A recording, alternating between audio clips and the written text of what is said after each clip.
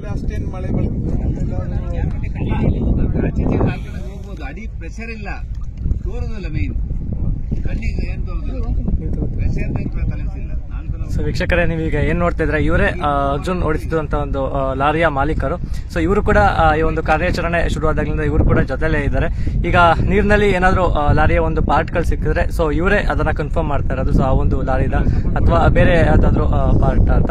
So ಇವ್ರ ಹತ್ರ ಒಂದೆರಡನ್ನ ಮಾತಾಡ್ಸೋಣ. ಸರ್, ನೀವು ಕಾರ್ಯಾಚರಣೆ ನಡೀತಾ ಇದ್ದಾಗಲಿಂದ ಜೊತೆಲಿ ಇದ್ರ.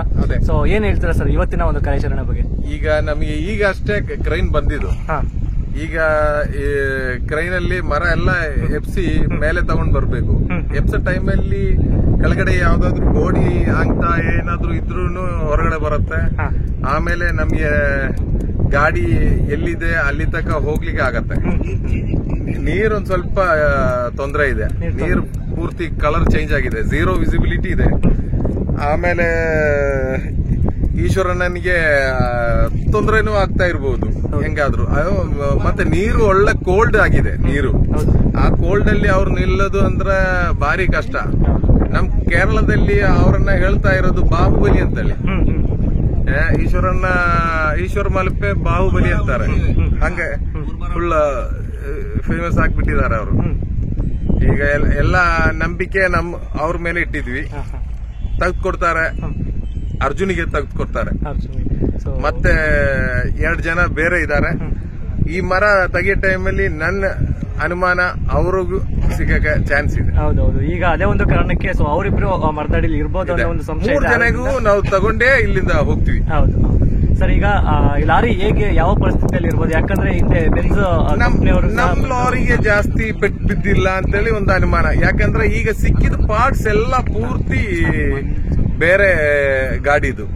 ನಮ್ ಗಾಡಿದು ಜಾಸ್ತಿ ಪಾರ್ಟ್ಸ್ ಸಿಕ್ಕಿಲ್ಲ ನಮಗೆ. ಪಾರ್ಟ್ಸ್ ಸಿಕ್ಕಿಲ್ಲ ಅಲ್ಲ. ಈಗ ಹಿಂದೆ ಬೆನ್ಸ್ ಕಂಪನಿಯವರು ಸಹ ಬಂದು ಆ ಒಂದು ಗಾಡಿಗೆ ಯಾವುದೇ ರೀತಿಯಾದ ದೊಡ್ಡ ಡ್ಯಾಮೇಜಸ್ ಗಳಾಗಿರಲ್ಲ, ಈ ರೀತಿಯಾದ ಒಂದು ಸ್ಟೇಟ್ಮೆಂಟ್ ಅನ್ನ ಕೊಟ್ಟಿದ್ರು ಅಂತ ಅದು ಅವ್ರು ಮಾರ್ಕೆಟಿಂಗ್ ಮಾಡ್ತಾ ಇರೋದು. ಮಾರ್ಕೆಟಿಂಗ್ ಭಾರತ್ ಬೆನ್ಸ್ ಅವರು ಮಾರ್ಕೆಟಿಂಗ್ ಮಾಡ್ತಾ ಇದ್ದಾರೆ. ಈಗ ನಮಗೆ ಮಾರ್ಕೆಟಿಂಗ್ ಇಲ್ಲಿ ನಡೆಯೋದಿಲ್ಲ ಅಲ್ಲ. ನಿಮ್ಮ ಪ್ರಕಾರ ಈಗ ಅರ್ಜುನ್ ಅದೊಳಗಡೆ ಇರ್ಬಹುದಾ? ಅದೇ ಒಂದು 90% ಒಳಗಡೆನೆ ಇರಬಹುದು ಗಾಡಿ ಒಳಗಡೆ. ಗಾಡಿ ಯಾಕೆ ಹುಡುಕದು ಅಂದ್ರೆ ಅವನು ಒಳಗಡೆ ಇದ್ದ, ಅವ್ನ್ ನಿದ್ರೆ ಮಾಡ್ದ ಇದ್ದ, ಅವ್ನ್ ಮಲ್ಗಿದ್ಕೆ ಅದೇ ನಮಗೆ ಹೆಂಗಾದ್ರೂ ಇನ್ಶೂರೆನ್ಸ್ ಸಿಗತ್ತೆ. ಗಾಡಿ ನೋಡ್ಲಿಕ್ಕೆ ಏನು ಅವಶ್ಯಕತೆ ಇಲ್ಲ, ಈಸಿ. ಅದು ಇನ್ಶೂರೆನ್ಸ್ ಬಗ್ಗೆ ಗೊತ್ತಿದ್ದವ್ರಿಗೆ ಗೊತ್ತಿರತ್ತೆ. ಕಳ್ತನ ಹೋಗಿದ್ರೆ ನೀವು ಅದ್ರದ್ದು ಎವಿಡೆನ್ಸ್ ತಗೊಂಡ್ ಕೊಡ್ತೀರಾ? ಇಲ್ಲಲ್ಲ, ಕಳ್ತನ ಆಗಿದ್ರೆ ಕಳ್ತನ ಆಯ್ತು, ಇನ್ಶೂರೆನ್ಸ್ ಹೆಂಗಾದ್ರೂ ಸಿಗತ್ತೆ. ಈಗ ನಾವು ಮೇನ್ ಈಗ ಗಾಡಿ ಹುಡುಕೋದು ಯಾಕೆಂದ್ರೆ ಒಳಗಡೆ ಅರ್ಜುನ್ ಮಲ್ಗಿದ್ದ ಲಾಸ್ಟ್ ನೋಡಿದವರು. ಅದಕ್ಕೋಸ್ಕರ ಈಗ ಏನ್ ಮಾಡ್ತಾ ಇರೋದು, ನಾವು ಲಾರಿಯನ್ನ ಹುಡುಕ್ತಾ ಇದ್ವಿ. ಲಾರಿ ಹುಡುಕಿದ್ರೆ ಅದ್ರದ್ದು ಕ್ಯಾಬಿನ್ ಒಳಗಡೆ ಅರ್ಜುನ್ ಇರುತ್ತೆ. ನಾನು ಈಶ್ವರನ ಹತ್ರ ಹೇಳಿದ್ದೀನಿ, ಲಾರಿ ಹುಡುಕಿ ಹೊರಗಡೆ ತಗೊಂಡ್ ಬರೋ ಅವಶ್ಯಕತೆ ಇಲ್ಲ, ನೀವು ಆ ಕ್ಯಾಬಿನ್ ಒಳಗಡೆ ಹೆಂಗಾದ್ರೂ ಹೋಗಿ ಅವನ ತಂದು ಕೊಟ್ರೆ ಸಾಕು, ಲಾರಿ ಅಲ್ಲೇ ಇರ್ಲಿ. ಅದೇ ಅದೇ ಈಗ ಇರೋ ನಾನು ಈಗ 2 ಜನ ಬೇರೆನೂ ಮಿಸ್ ಆಗಿದೆ ಅಲ್ಲ, ಅವರನ್ನ ಲೋಕೇಶನ್ ಜಗನ್ನಾಥನ್ ಅವರನ್ನು ನಾವು ಹುಡುಕಗೆ ನಾವು ಈಗ ಹೈಕೋರ್ಟ್ ಅಲ್ಲಿ ಹೋಗಿ ಈಗ ಪರ್ಮಿಷನ್ ತಗೊಂಡಿದ್ದು. ಯಾವ್ದು ಬರೀ ಅರ್ಜುನಿಗೆ ತಗೊಳ್ಳಕ್ಕೆಲ್ಲ ಪರ್ಮಿಷನ್ ತಗೊಂಡಿದ್ದು ಪೂರ್ತಿ ಇಡೀ. ಇನ್ 3 ಜನನ ಇನ್ನು ಲೆಕ್ಕ ಇಲ್ಲ ಅಂತ ಯಾರ ಇದ್ರ ಅವರನ್ನು ನಾವು ಹುಡುಕಿ ನಾವು ಹೊರಗಡೆ ತಗೊಂಡ್ ಬರ್ತೀವಿ. ಈಗ ಅವ್ರ ಪ್ರಯತ್ನ, ಈಶ್ವರನ್ನ ಪ್ರಯತ್ನ ಮಾಡ್ತಾ ಇರೋದು ಯಾಕೆ? ಈಶ್ವರನ್ನ ಪ್ರಯತ್ನ ಮಾಡ್ತಾ ಇರೋದು 3 ಜನ, ಇನ್ನು 4 ಜನ 5 ಜನ ಎಷ್ಟು ಜನ ಇದ್ರು ಅವ್ರಿಗೆ ಹೊರಗಡೆ ತಗೊಂಡ್ ಬರ್ಲಿಕ್ಕೆ ಅಷ್ಟೇ. ಅವ್ರಿಗೆ ಹೊರಗಡೆ ತಗೊಂಡ್ ಬರೋಣ ಸರ್.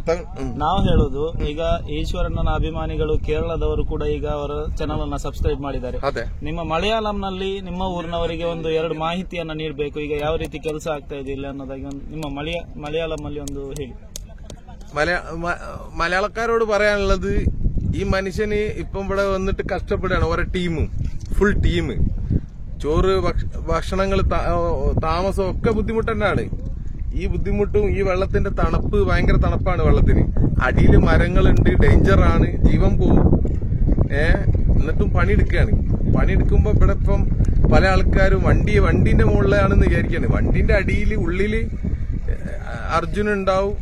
അതേമാതിരി ഈ മരങ്ങൾ പൊന്തിക്കുമ്പോ ഏതെങ്കിലും ബോഡികളൊക്കെ വെള്ളത്തിൽ അമർന്ന് കിടക്കുന്നുണ്ടെങ്കിൽ അതൊക്കെ പൊന്തും. ഇതൊക്കെയാണ് നമ്മളെ പ്രതീക്ഷ. ഇപ്പം തുടങ്ങും പണി. ക്രൈം വന്നിട്ട് പണി തുടങ്ങും.